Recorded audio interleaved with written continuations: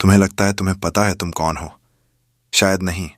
मनुष्य का अस्तित्व केवल शरीर तक सीमित नहीं, वह एक अनंत रहस्य है जो हर सांस में, हर विचार में धड़कता है। हम जो अपने बारे में जानते हैं वह केवल सतह है। उसके नीचे एक गहरी परत छिपी है जहां हमारी असली पहचान सोई हुई है। यही वह स्थान है जहां से जीवन की असली यात्रा शुरू होती है, वह यात्रा जो बाहर नहीं, भीतर की ओर जाती है। हर व्यक्ति अपने भीतर एक संसार लिए चलता है, एक ऐसा संसार जिसे न कोई और देख सकता है, न पूरी तरह समझ सकता है। हमारे विचार, हमारी इच्छाएं, हमारे भय, ये सब किसी अदृश्य ऊर्जा से संचालित होते हैं। जब हम अपने विचारों को जाने बिना जीते हैं तो हम अपने ही बनाए जाल में उलझ जाते हैं। पर जब एक क्षण के लिए भी हम रुककर स्वयं को देखने लगते हैं तो अचानक सब कुछ बदलने लगता है। मनुष्य अपने अनुभवों का बंदी है। बचपन की स्मृतियां, समाज के नियम, दूसरों की राय, ये सब मिलकर हमें एक ऐसा चेहरा देते हैं जो असल में हमारा नहीं होता। हम अपने आप को वैसे देखने लगते हैं जैसे दुनिया हमें देखती है और धीरे धीरे अपनी असली छवि से दूर चले जाते हैं। इसी खो जाने की अवस्था में मैं कौन हूं का प्रश्न जन्म लेता है। यह प्रश्न कोई साधारण सवाल नहीं, यह आत्मा की पुकार है जो हमें भीतर की सच्चाई की ओर खींचती है। मन एक अद्भुत साधन है, पर जब वही मन हमारे ऊपर शासन करने लगे तो वह हमारे सबसे बड़े भ्रम का कारण बन जाता है। विचार लगातार चलते रहते हैं, एक के बाद एक, बिना रुके। वे हमें यह विश्वास दिलाते हैं कि हम वही हैं जो हम सोचते हैं, लेकिन सच्चाई यह है कि विचार केवल छाया है और हम वह प्रकाश हैं जो उन्हें जन्म देता है। जीवन का सबसे गहरा संघर्ष बाहर नहीं, भीतर चलता है। यह उस अदृश्य द्वंद्व का संघर्ष है जहां एक ओर हमारी सीमाएं हैं और दूसरी ओर हमारी असीमता। जब हम स्वयं को सीमित मानते हैं तो हर चीज तंग और भारी लगने लगती है, लेकिन जैसे ही यह समझ आती है कि हम उस सीमित पहचान से कहीं अधिक हैं, सारा बोझ उतर जाता है। तब व्यक्ति स्वतंत्र हो जाता है, बिना किसी प्रमाण या स्वीकृति की प्रतीक्षा के। जीवन का उद्देश्य खोजना कोई बाहरी खोज नहीं है। यह वह क्षण है जब भीतर कोई अनजानी बेचैनी हमें जगाने लगती है, एक पुकार जो कहती है कि कुछ और है जो अभी तक देखा नहीं गया, समझा नहीं गया। यही बेचैनी आत्मा का पहला संकेत है कि वह अब मौन नहीं रहना चाहती। मनुष्य ने विज्ञान, तकनीक और समाज में अपार प्रगति की है, लेकिन अपने भीतर की समझ में वह अब भी एक बच्चा है। हम तारों की दूरी नाप सकते हैं, पर अपनी ही चेतना की गहराई नहीं माप सकते। यही मनुष्य की सबसे बड़ी विडंबना है। बाहर का ब्रह्मांड जीतने की कोशिश में उसने अपने भीतर का ब्रह्मांड खो दिया। जब हम अपने भीतर के मौन को सुनना शुरू करते हैं तब जीवन की गति धीमी पड़ जाती है। विचारों का शोर जो पहले इतना भारी लगता था, धीरे धीरे शांत होने लगता है। उस शांति में जो पहली झलक दिखती है वही सत्य की पहली झलक होती है। वह न किसी ग्रंथ में लिखी जा सकती है, न किसी शब्द में बांधी जा सकती है, उसे केवल अनुभव किया जा सकता है। हमारे भीतर जो भय पलता है, असफलता का, मृत्यु का, अस्वीकार का, वह केवल अज्ञान का परिणाम है। जैसे अंधेरे में परछाई हमें डराती है, वैसे ही अज्ञान में जीना हमें अपनी ही कल्पनाओं से डराता है। जब व्यक्ति समझ जाता है कि जीवन केवल घटनाओं का क्रम नहीं, बल्कि चेतना की निरंतर लहर है, तब वह डर अपने आप विलीन हो जाता है। हर दिन हम किसी न किसी पहचान से चिपके रहते हैं, नाम, पद, संबंध या उपलब्धि से। ये पहचानें हमें दिशा देती हैं, पर जब वे टूटती हैं तो हमें लगता है सब खत्म हो गया, जबकि सच्चाई यह है कि वहीं से शुरुआत होती है। पहचान टूटती है ताकि असली स्वयं सामने आ सके। ये टूटन दर्द देती है, लेकिन उसी दर्द से जागरण जन्म लेता है। सच्ची आध्यात्मिकता किसी आश्रम, धर्म या ग्रंथ में नहीं बसती। वह उस क्षण में बसती है जब हम अपने भीतर के द्वंद्व को बिना भागे देखना शुरू करते हैं। जब हम स्वयं को जैसा है वैसा देखने की हिम्मत करते हैं, बिना मुखौटे, बिना बहाने, तभी ज्ञान की पहली किरण फूटती है। जीवन का अर्थ किसी उपलब्धि में नहीं, बल्कि अनुभव की गहराई में है। जब व्यक्ति प्रेम से, करुणा से और सत्य से भरे क्षणों में जीना सीखता है, तब वह केवल अस्तित्व नहीं रखता, वह जीवंत हो उठता है। यही वह अवस्था है जहां जीना और होना एक हो जाते हैं। ब्रह्मांड हर क्षण हमसे संवाद करता है, कभी किसी व्यक्ति के रूप में, कभी किसी घटना के रूप में, कभी किसी संयोग के रूप में। जिन्हें हम संयोग कहते हैं वे दरअसल हमारे भीतर की स्थिति के प्रतिबिंब होते हैं। जब चेतना स्पष्ट होती है तो ये प्रतिबिंब भी स्पष्ट होने लगते हैं और तब हम समझ पाते हैं कि कुछ भी यूं ही नहीं होता। विचार केवल साधन है, गंतव्य नहीं। जो व्यक्ति विचारों के पार देखने की क्षमता विकसित कर लेता है, वह अनुभव करता है कि जीवन उसके माध्यम से बह रहा है। वह उसका स्वामी नहीं, उसका साक्षी है। और जैसे ही यह बोध आता है, अहंकार धीरे धीरे पिघलने लगता है। यही वह क्षण है जब सच्ची स्वतंत्रता जन्म लेती है। मनुष्य केवल मांस और हड्डियों का बना प्राणी नहीं है। वह एक ऊर्जा का बिंदु है, एक कंपन है जो ब्रह्मांड से लगातार जुड़ा हुआ है। हमारी हर भावना, हर सोच, हर इरादा एक तरंग की तरह बाहर फैलती है और हमारे चारों ओर एक सूक्ष्म आभा बनाती है। जब यह आभा शुद्ध होती है तो व्यक्ति अपने आप आकर्षक लगने लगता है। उसका चेहरा नहीं, उसकी उपस्थिति बोलने लगती है। इस ऊर्जा को शुद्ध करने के लिए बाहरी दिखावे की आवश्यकता नहीं, केवल भीतर की शांति चाहिए। जब मन शांत होता है तो ऊर्जा स्वयं संतुलित हो जाती है। उस संतुलन से जो तेज, जो निखार निकलता है, वह शब्दों से परे होता है। वह व्यक्ति की आंखों में, मुस्कान में और उसकी मौन उपस्थिति में झलकता है। हर व्यक्ति के भीतर एक ऐसी शक्ति सोई होती है जो जागने की प्रतीक्षा में है। वह शक्ति न किसी मंदिर में मिलती है, न किसी गुरु के शब्दों में, बल्कि उस मौन क्षण में जब व्यक्ति स्वयं से ईमानदार हो जाता है।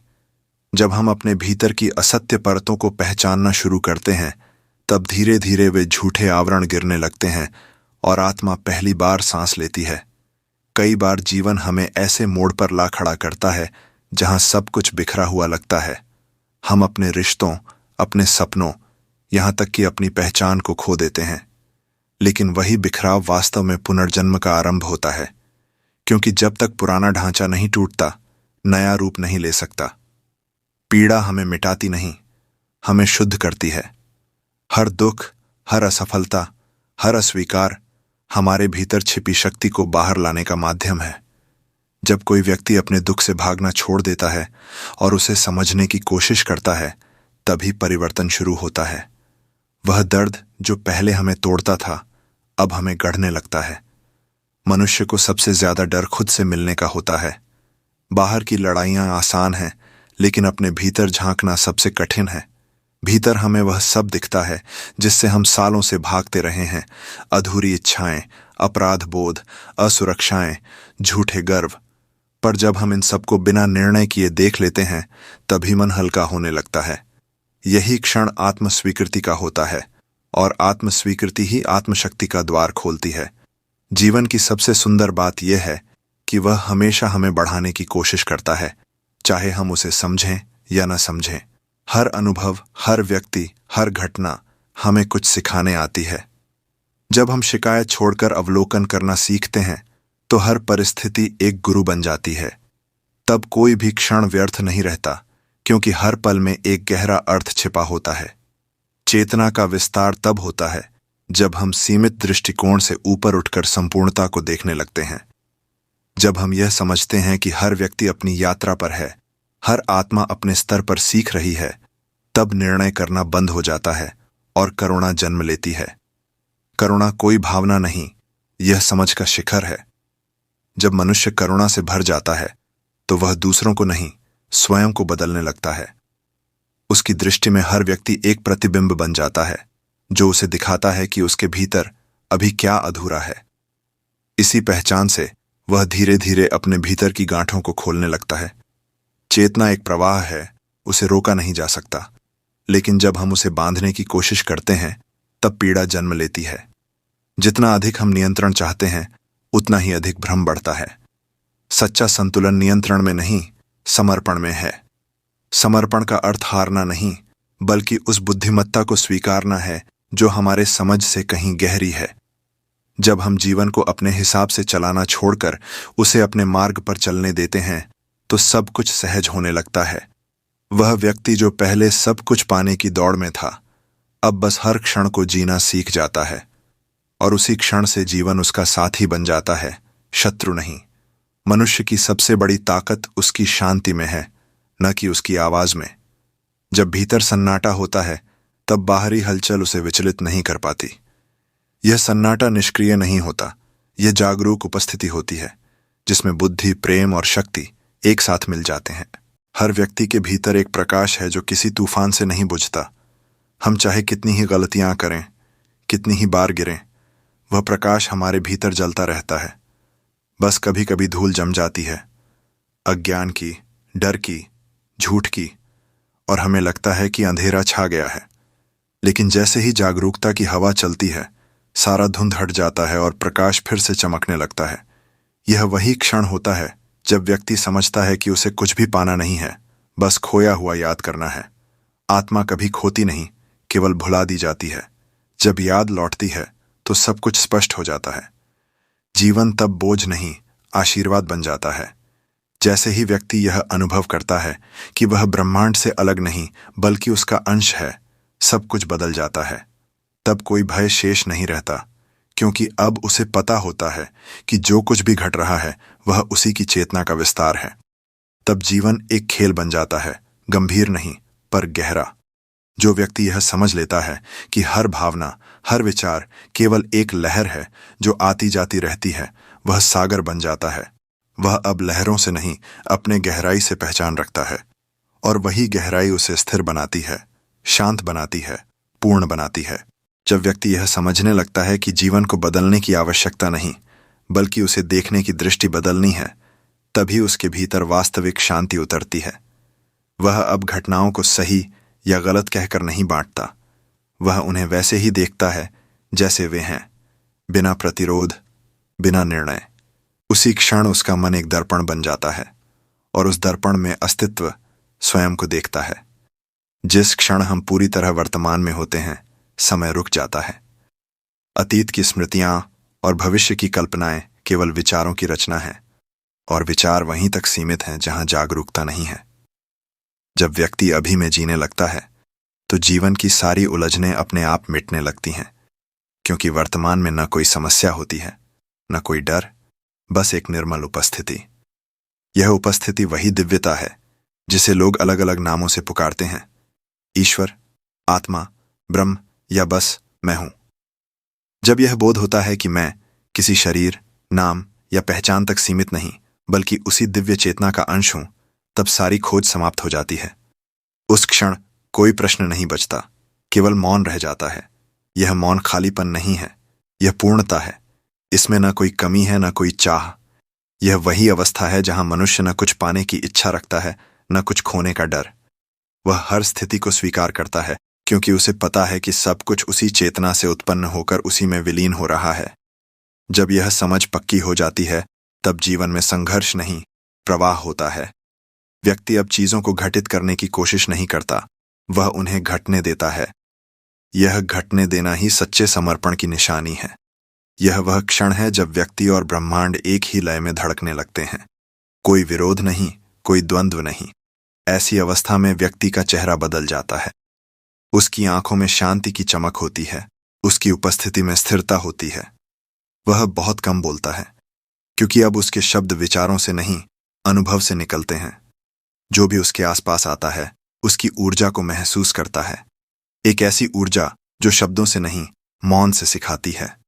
धीरे धीरे वह व्यक्ति यह महसूस करता है कि प्रेम कोई भावना नहीं बल्कि अस्तित्व की प्रकृति है। प्रेम किसी के लिए नहीं बल्कि हर चीज के प्रति एक समान अनुभव है। जैसे सूर्य बिना भेदभाव के सब पर प्रकाश डालता है, वैसे ही उसकी चेतना हर दिशा में बहने लगती है, निष्काम, निर्मल और अनंत। यही प्रेम आगे चलकर करुणा में बदलता है, और करुणा अंततः बुद्धि में।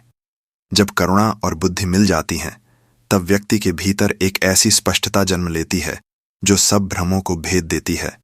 तब उसे यह दिखाई देने लगता है कि कोई अलग दूसरा नहीं है, सब उसी एक ऊर्जा के रूप हैं। इस अवस्था में व्यक्ति की इच्छाएं भी बदल जाती हैं।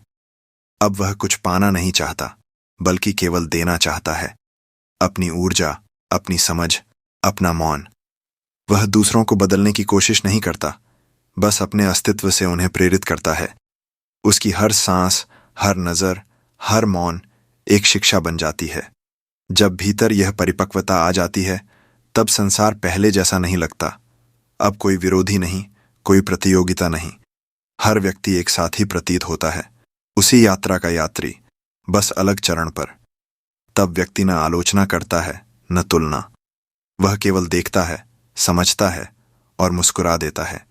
यही मुस्कान मुक्ति का प्रतीक है। ये उस व्यक्ति की मुस्कान है जिसने जीवन को जीतने की कोशिश नहीं की, बल्कि जीवन को जीने दिया।